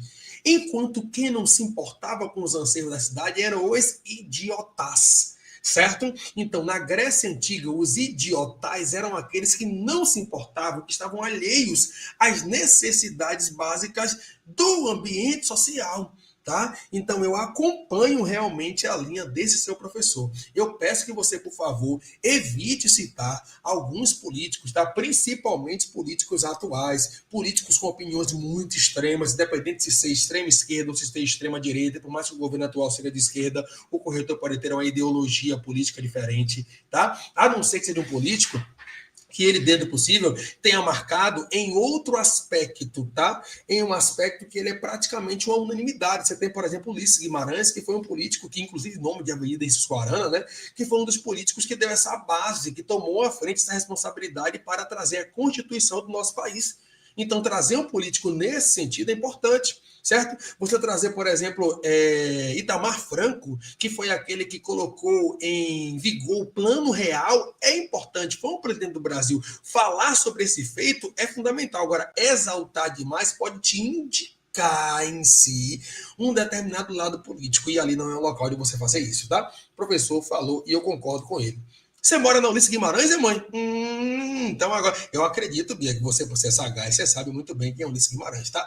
Acredito que você saiba muito bem quem é esse cara. E por último, lacuna argumentativa não pode deixar, solucionar os argumentos na proposta de intervenção. Você, meu querido e minha querida, precisa trazer, certo? Uma possibilidade, pelo menos uma, para poder resolver, sanar ou amenizar aquela problemática. Tem problema que não é facilmente resolvível, mas você precisa trazer algo, principalmente, que ainda não foi colocado em prática, certo? Ah, Tito, eu quero aprimorar algo assim, assim, assim, assim, assim, assim. Tudo bem, mas se você puder trazer algo que nessa linha siga o caminho referente a ser pioneiro, inovador, não quer dizer inventar a roda. Não quer dizer fazer algo super extremo. Não é essa a linha que a gente precisa seguir aqui, que eu quero que vocês sigam. Beleza? Maravilha. Então, meu povo, falar sobre a C3, o tempo curto que nós temos é isso daí. Afinal, já temos 1h10 de aula, só faltam 20 minutos, velho. Eu vou aqui passar para a C4 e se vocês quiserem fazer algum comentário sobre a C3, por favor, fiquem à vontade, tá? É só o tempo de eu pular aqui o slide para a gente poder tocar nesses aspectos que vão falar sobre essa próxima competência. Beleza? Estamos aqui no pique, estamos aqui correndo. Pelo que eu estou vendo até agora, ninguém se manifestou. Eu vou deixar mais uns 10 segundinhos aqui, que é o tempo que eu tomo um gole d'água, para ver se alguém quer falar alguma coisa.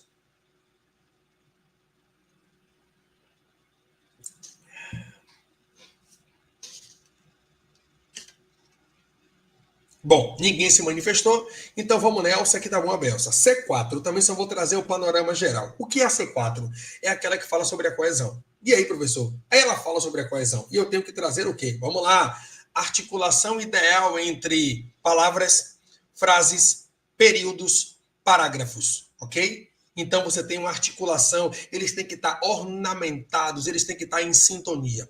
Primeiro ponto. Segundo ponto muito importante, utilização correta dos conectivos, com o sentido correto, no local correto, para evitar o quê? A repetição de palavras. Então, essas são as 3 bases que a competência de número 4 vai versar, ok? Ser coeso é exatamente ter um nível linguístico onde não se torne um texto enfadonho, não se torne um texto repetitivo, tá? E principalmente que você deixe as coisas muito bem compreendidas ali ao longo da sua escrita. Ok? Como gabaritar? Falei sobre isso aqui já. O que são os operadores argumentativos? Eles são obrigatórios. Olha o que está ali em parágrafos, tá? Da C4. São os conectivos que eu falei. Das orações coordenadas, das orações subordinadas, que a depender do contexto, você vai trazê-los para evitar que você fique repetindo o tempo inteiro o mesmo termo. Vamos dizer que você quer trazer um conectivo aditivo e você já utilizou o i. Poxa, utiliza o mas também, tá? Que ele também é um conectivo aditivo. A depender do sentido, você pode colocar um além disso, que também é um conectivo aditivo, que traz essa ideia de soma. Você percebe, professor, quero trazer um conectivo conclusivo. É obrigatório eu colocar o portanto no final? Eu, Tito, não usaria, tá? Por quê, professor? Porque todo mundo vai utilizar o portanto.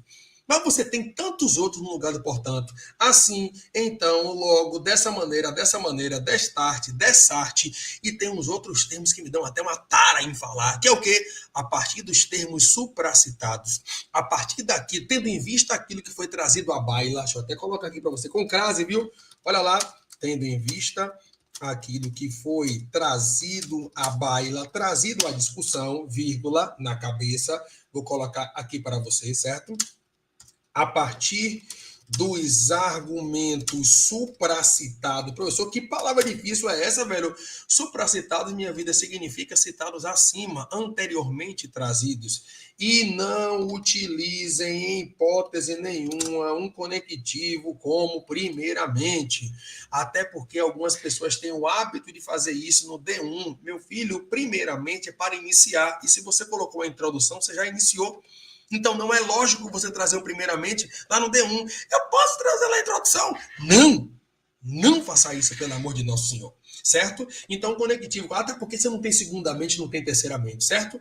Por favor, se você puder, evite trazer um conectivo desse tipo. E aí, professor, o que eu poderia trazer no lugar, então, de primeiramente? Você poderia contextualizar com outra circunstância, certo? Sem precisar trazer necessariamente esse lapso ordenal, de ordem, né? Ordinal, perdão, de ordem, né? Precisa trazer primeiramente, segundamente, terceiramente, não precisa, tá? Beleza? Se você puder fazer isso, eu peço que você se atente, por favor. E isso está dentro da nossa tradicional C4, né? Que nós estamos falando aí agora.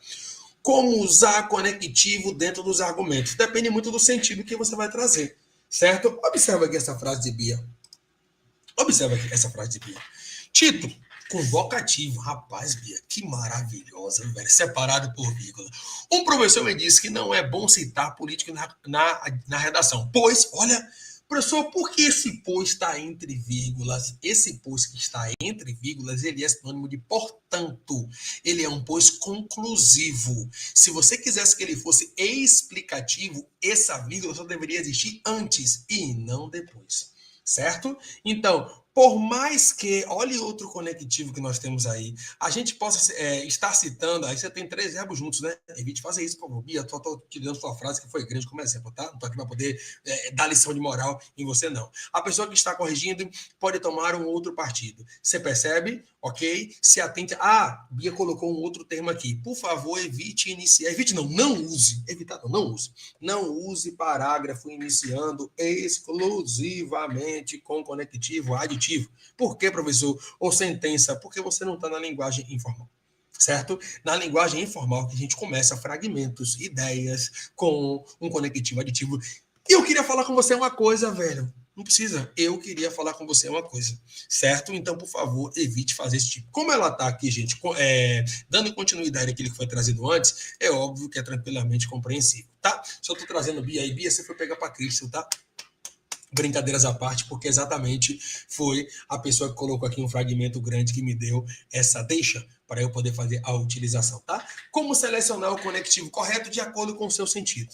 O conectivo correto é de acordo com o seu sentido. E para isso, gente, é natural, ela tá rindo aqui, ó. É natural, gente, por favor, que você, para ser um bom escritor, essa altura fica difícil, mas para ser um bom escritor, quem lê bem, escreve bem. Quem lê com qualidade, não precisa ser em quantidade. Que às vezes a pessoa lê bastante, mas lê muita frivolidade, muita bobagem, muita banalidade, muita tolice, tá? Eu leio muito, passo o dia todo no Instagram, pelo amor de Deus, né? Eu sei que tem um Instagram de notícia lá, que inclusive eu sigo e acompanho vários, e vocês sabem que eu reposto lá no meu story, mas por favor, não cometa esse tipo de vacilo não, tá? Para que exatamente você não venha a se prejudicar. Beleza? Selecionar o conectivo correto, entender o contexto que você vai utilizar para ele ser empregado com o sentido adequado, tá? E como evitar repetição de conectivos? Tendo repertório, velho, tendo vocabulário vasto, compreendendo em si aquelas orações e entendendo a linha dos sinônimos. Use sinônimos à vontade na sua produção de texto. Vamos trazer em tela grande. Use sinônimo. Use sinônimo.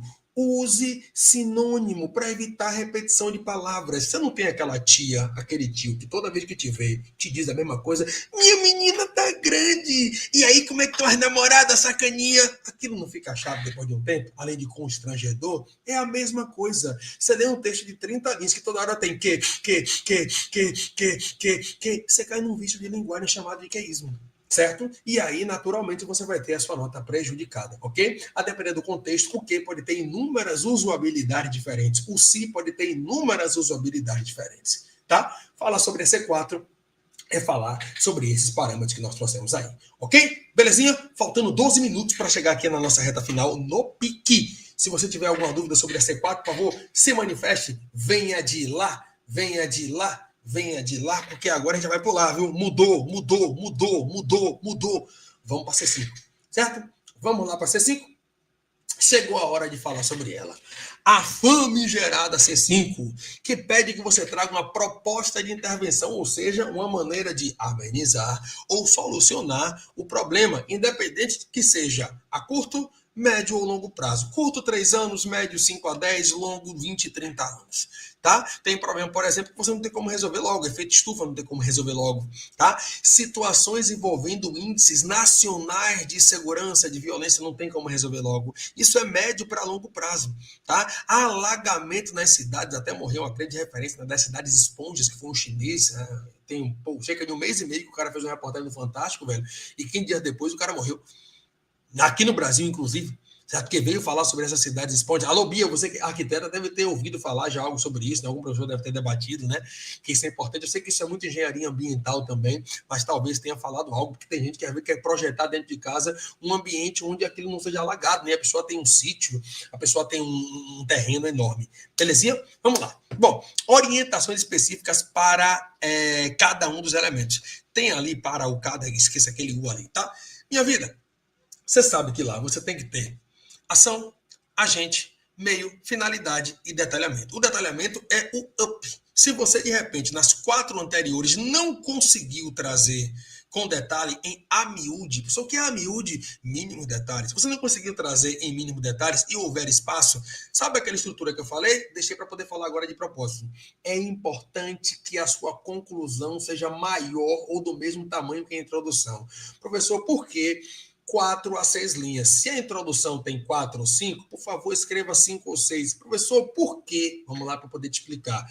Porque ali é o momento onde você vai exatamente fazer a onça beber água. É a hora de você receber o Oscar. É a hora de, depois de ter trazido tudo, você buscar ajudar aquela problemática a ser sanada. Então, é importante que você tenha espaço para isso, certo? Se você puder fazer ali em cerca de 6 linhas, eu acharia maravilhoso. Por exemplo, introdução com 5, vá contando, viu?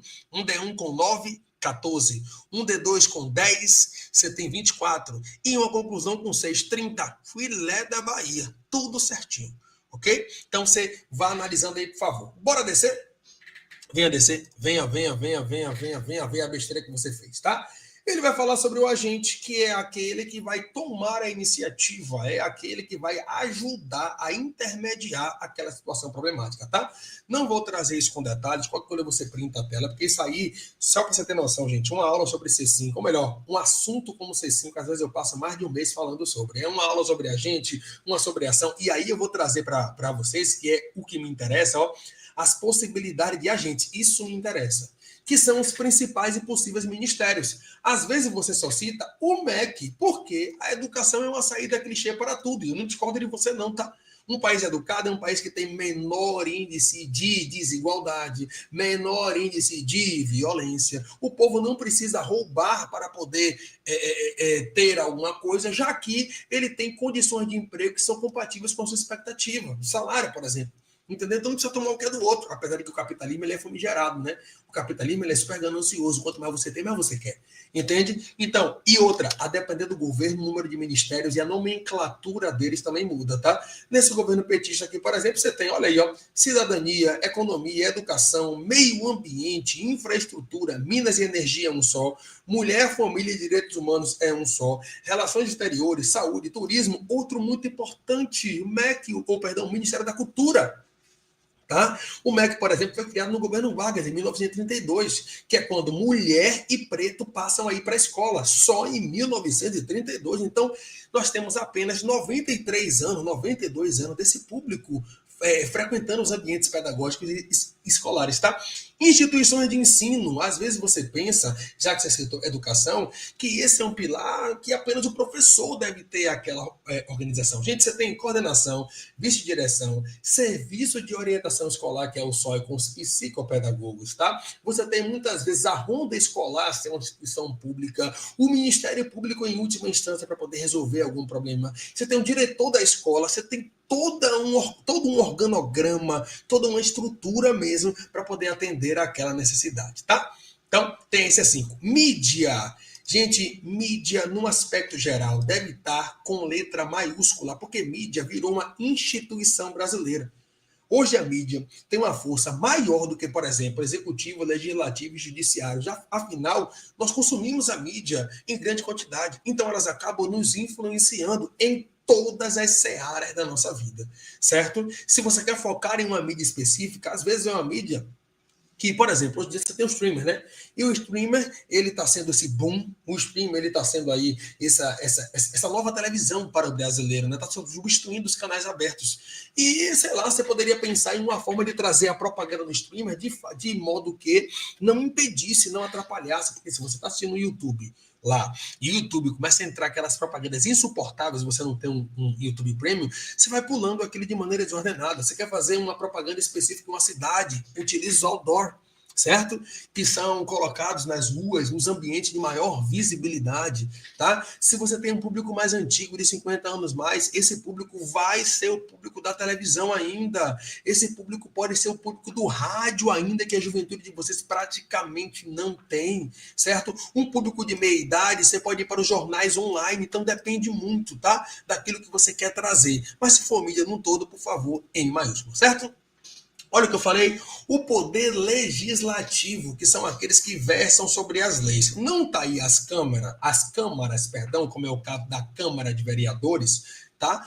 Porque nós estamos falando de um problema de esfera nacional. O Enem traz isso. Mas a Câmara de Vereadores também está em uma dessas instâncias, certo? Você tem ali Câmara dos Deputados, estadual ou federal, principalmente federal, Senado Federal, Congresso Nacional, que vai abarcar esses dois nichos que foram anteriormente citados. Belezinha? Você tem o poder judiciário, que às vezes a pessoa pensa apenas num cartório, pensa apenas num tribunal. Não, gente, são várias instâncias. Conselho Nacional de Justiça, peço desculpa por esse tio que tem aqui, tá? Juízes federais, Tribunal Regional do Trabalho, TRT, STF, Supremo Tribunal Federal, Superior Tribunal da Justiça, o STJ, o Tribunal Superior Eleitoral, o Tribunal Superior do Trabalho. Você entende? Tem inúmeras camadas aí para que você possa explorar. E lembrando a vocês, você está votando no Executivo. O chefe do Executivo é o presidente da República, que tem o poder de sugerir leis ou de repente, barrar leis, tá? Ele assina se estiver de acordo, ou pode barrar se não estiver de acordo. Então, o chefe do executivo ele tem essa premissa aí, com esse apoio coligado com essas duas outras instituições, tá? Ou melhor, três outras, né? Porque a mídia é um quarto poder hoje, beleza? Que tem tanta força quanto o primeiro. Muito cuidado com os agentes nulos, certo? Os agentes nulos são aqueles que vão levar você para a utilização, por exemplo, do sujeito inexistente. Deve haver, precisa-se, é urgente que, se não tem sujeito, meu povo, como é que eu vou direcionar aquela problemática? Então, muito cuidado para isso. Direcione para um sujeito, direcione para um elemento, tá? Direcione para um nicho específico, ok? Então, por favor, evite utilizar os verbos sem sujeitos. Já até expliquei a você a situação do verbo haver que tem lá, né? O precisa-se que você tem aqui um caso de ênclise, né? Que é essa colocação pronominal e assim sucessivamente. Pronomes indefinidos. O próprio nome diz, ó, indefinido. Não diz para quem, sobre quem. Alguém, algum, ninguém, nenhum, uns, outros, cuidado. O brilhante professor geógrafo Milton Santos já disse para a gente que toda unanimidade é burra. Então, para com esse negócio de todo mundo deseja. Não é todo mundo. Tito, todo mundo gosta de você. É claro que não, gente. Jesus Cristo não agradou a todo. Quem sou eu para poder agradar? Seus alunos te amam. Talvez uma maioria goste de mim. Mas dizer que todo mundo, para com isso, pô. Você entende? Então, por favor, coloque isso em sua mente, tá? Nada de todos na sua redação. E muito cuidado com esses elementos. Opa, deixa eu subir. Com esses elementos que vão levar para a primeira pessoa. A gente concorda com a terceira pessoa, tá? Se eu digo ele vai, eu digo a gente vai. Eu não falo a gente vamos, porque vamos é a primeira pessoa do plural. Você compreendeu isso aí? Acredito que sim. Beleza? Não se insira nesse sentido. Fale comunidade, sociedade brasileira, o núcleo populacional, algo desse tipo, mas não coloque primeira pessoa, um termo que induza a primeira pessoa na sua produção de texto. Belezinha? E os agentes nulos, para a gente poder terminar, nada daquele clichê. Quero terminar com poema. Quero terminar com poema. Ih, que loucura. Quero terminar com poema, quero terminar com a poesia, quero terminar lacrando. Ali não é o local disso. O término da sua conclusão é para retomar o que você trouxe na introdução. E retomar ratificando, confirmando, validando que tudo aquilo que você trouxe ao longo da sua estrutura surtirá efeito se a sua proposta de intervenção for colocada em prática. Então é importante que você, no fim da sua conclusão, retome os elementos e os argumentos que você trouxe lá acima, tá? A fim de confirmar, de validar, como eu disse. Beleza? Então, esse negócio. E outra, tratar como você ali um ambiente formal, certo? Você é numa linha de intimidade. Cuidado com isso. Imperativo sem vocativo, tá? Faça a sua parte. O que é isso? É campanha publicitária? Aquele gênero não é isso. Certo? Aquele gênero é dissertativo, argumentativo. Então, por favor, não cometam esses tipos de equívocos. Belezinha, meu povo? Eu acredito que vocês conseguiram compreender aí. Faltando 1 minuto, rapaz. Tá tudo bem, gente? No que se refere a essas dicas aí sobre a nossa estrutura? Tá tudo bem? Que agora eu vou pegar um tempinho para poder falar com vocês sobre possibilidade de tema. Agora sim chegou a hora de separar os homens do menino. Tito, essa aula vai estar disponível para assistir depois. O seu link, Bia, é ad eternum. Ou seja, Bia, o seu link é para você usar até quando você quiser. Aqui não é a CIA, até porque não é do seu tempo, mas abuse e use. Assista, reassista, print, qualquer coisa, ao printar, me marque, tá? Que será um prazer fazer a sua repostagem e eu espero que esteja sendo de grande valia para vocês, tá? Por favor, me ajude aí, na moral, beleza? Então você pode reassistir, sim. Professor, e agora, velho? Essa linha dos temas, como é que eu posso fazer? O que é que o senhor está esperando para esse ano? Eu quero que você siga uma linha de raciocínio comigo, porque você é sagaz. E claro, gente, eu posso errar, é óbvio. Todo mundo erra sempre. Todo mundo vai errar. Velho. Eu peço que você se atente a uma coisa muito importante, por favor. Observa comigo aqui. Espera aí. Agora sim. Observa comigo aqui. O que vai para a sua tela? Aquele rol, aquele leque de temas. Deixa eu até colocar a tela grandona. Deixa eu até sair da tela. Pronto. Observa o leque de tema que nós temos aí nos últimos 10 anos. Tá? 2015, a persistência da violência contra a mulher na sociedade brasileira. Governo Dilma, governo petista. Tema esquerda, tema minoria. Mulher, tá? Tema mulher. Estou saindo da tela para você poder se atentar. Você vai se atentar, inclusive, que o tema mulher volta a ser retratado no retorno do governo petista ao poder. Ok? Vai analisando aí. Tema 16, combater a intolerância religiosa no Brasil, a religião de matriz africana, certo? Os judeus, tá? Os muçulmanos, islâmicos, que muitas das vezes são associados a necessariamente serem terroristas. Então, esse tipo de preconceito, as invasões a terreiro de candomblé, a quebra das imagens de santos e santas, tá? A exclusão dessas pessoas na sociedade, isso é minoria, ok? Aí, nesse nicho aqui, nós temos um leque do governo Temer, nesses 2 anos aqui, e esses anos aqui, o leque do governo Bolsonaro, tá? Inclusive, observe que em 2022 mesmo você tem o quê? A valorização de comunidades e povos tradicionais no Brasil. Opa, falando também dessa herança histórica que ele já trouxe aqui também. Então veja, e um outro detalhe muito importante. Você certamente não percebeu, mas a gente, professor, entre aspas, às vezes adivinha o tema por um motivo muito importante. Nós fazemos uma análise dos anos anteriores. E ao analisar os anos anteriores, nós temos uma noção de para onde é que o Enem está nos levando. É isso que fez, por exemplo, eu, entre aspas, que não é adivinhar, né, gente, como eu estou explicando para você, é uma linha de estudos, que fez eu, entre aspas, resvalar, mas tocar com força no tema da redação do Enem 2022. Esse tema aqui eu basicamente discuti com a galera na segunda-feira, 21, perdão, discuti com a galera numa segunda-feira, em sala de aula, e que estava na prova do Enem de domingo, tá? Então, eu peço a você atenção. Tema herança africana, governo Lula. Tema invisibilidade do trabalho da mulher, governo Lula. Professor, meu profinho, então o senhor está querendo me dizer o que com isso? Eu quero que você se atente para o nicho das minorias no que se fala de tema. Minoria não é em quantidade, é em representatividade. As mulheres são cerca de 53% a 54% da população brasileira. Mas no Congresso Nacional, elas representam menos que 30%, 27%. Quer dizer que em representatividade elas são uma minoria, certo? O povo preto e pardo no Brasil supera os 50%, está em cerca de 55%. Mesmo assim, na grande mídia, os grandes artistas, tirando de esportes, por exemplo, tá?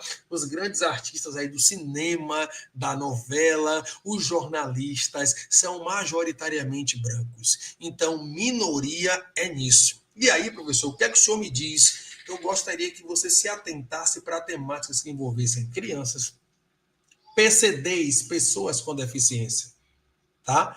E idosos, comunidade LGBTQIPNA+, que sigla gigante, né, meu profinho? Pois é, velho, é a ideia da inserção. O governo Lula é um governo que tenta trazer essa inserção, tá? Indígenas, toma cuidado com isso também. Hoje o Brasil, inclusive, tem um Ministério dos Povos Originários que não estava naquela citação que eu coloquei para você. Então eu peço que você, por favor, se atente, tá? Essa linha, por exemplo, da evasão escolar, ela afeta muitas vezes quem? Quem não tem condição de pagar uma escola pública de ter um ensino de qualidade, gente. Então é o periférico, é o suburbano, é o interiorano, é o ribeirinho. Isso é minorias. Certo? Então você sabe que você tem ali 8 eixos temáticos, mas aquele que, se eu puder, não quero sugerir tema, eu quero que você estude, tá? Porque sugerir tema seria como se fosse uma bola de cristal, e aí ele induzir você ao erro se o tema for completamente diferente daquele. Eu quero que você, por favor, se atente a isso. O governo petista gosta do eixo das minorias. Lembre-se do que eu falei, tá? Valorização do Estado Democrático de Direito. Pode estar em alguma questão de literatura, trazendo uma canção de Caetano, que nos últimos anos caiu demais. Caiu o CD Meu Coco, caiu a canção Tropicália, tá? Que ano passado, por exemplo, a ditadura militar, né, completou 60 anos daquele golpe, o dia que durou 21 anos, né, que é até o nome de um filme muito famoso da época. Então, eu peço que você se atente. Redemocratização, direito de ir e vir, eu acredito que vai ser nessa linha. Apesar de tragédias ambientais, eu não acredito muito que nós tenhamos um tema que venha versar, que venha trazer situações que venham levar para isso. Nunca caiu no Enem moderno, ou seja, de 2010 para cá, um tema falando sobre esse meio ambiental. Nunca.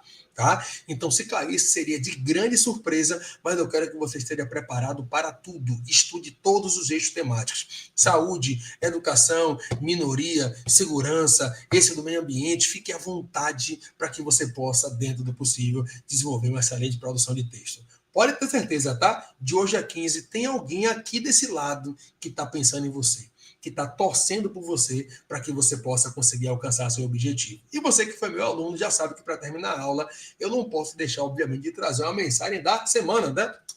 E a mensagem da semana é o joio e o trigo. É, velho. O joio e o trigo tá aí na sua tela para a gente poder encerrar o nosso aulão. Essa mensagem fala sobre o que, professor? Basicamente, qualquer agricultor experiente, é óbvio, né? Sabe que ao fazer a colheita, ainda no olhar, ao pegar em si a planta que vai levar até a colher o trigo, ele já sabe se aquela planta tem o trigo ou não tem. Quando ele aperta nas mãos e ao apertar fica só a palha na mão, quer dizer que só tem o joio. Então aquele produto para ele não é interessante. Mas quando ele aperta nas mãos e começam a aparecer sementes, quer dizer que se tem o trigo. E o trigo é o que é relevante, o trigo é o que é importante para o comércio deles. Vocês tiveram o ano inteiro para poder se preparar. E hoje, domingo pela manhã, estão aqui na aula ou em qualquer momento da sua semana que você for assistir ou reassistir, para poder se aprimorar ainda mais pensando na prova do Enem de hoje a 15 do dia 9 de novembro. Então, velho, você não é joio, você não é descartável. Você é trigo, você é importante, você é relevante, você está no caminho certo e eu desejo de verdade que você possa se preparar, não só, mas se realizar nas provas de 9 e 16, tá bom? Um cheiro para vocês, uma ótima semana. Qualquer coisa, só me seguir lá no @vem com Tito ou lá no nosso projeto Falim, que é a Frente Ampla de Linguagens. Inclusive, a nossa turma intensiva para a UNEB, ela vai começar depois do Enem, tá? No dia 17. Então, você que tiver interesse, pode falar comigo, fique à vontade. Ano que vem a gente vai ter curso pré-militar na nossa Frente Ampla de Linguagens e eu espero ter podido, de alguma maneira, contribuir com vocês na formação de hoje, tá? Tudo de bom para vocês, um ótimo fim de semana e até a próxima, gente. Valeu, tchau, tchau.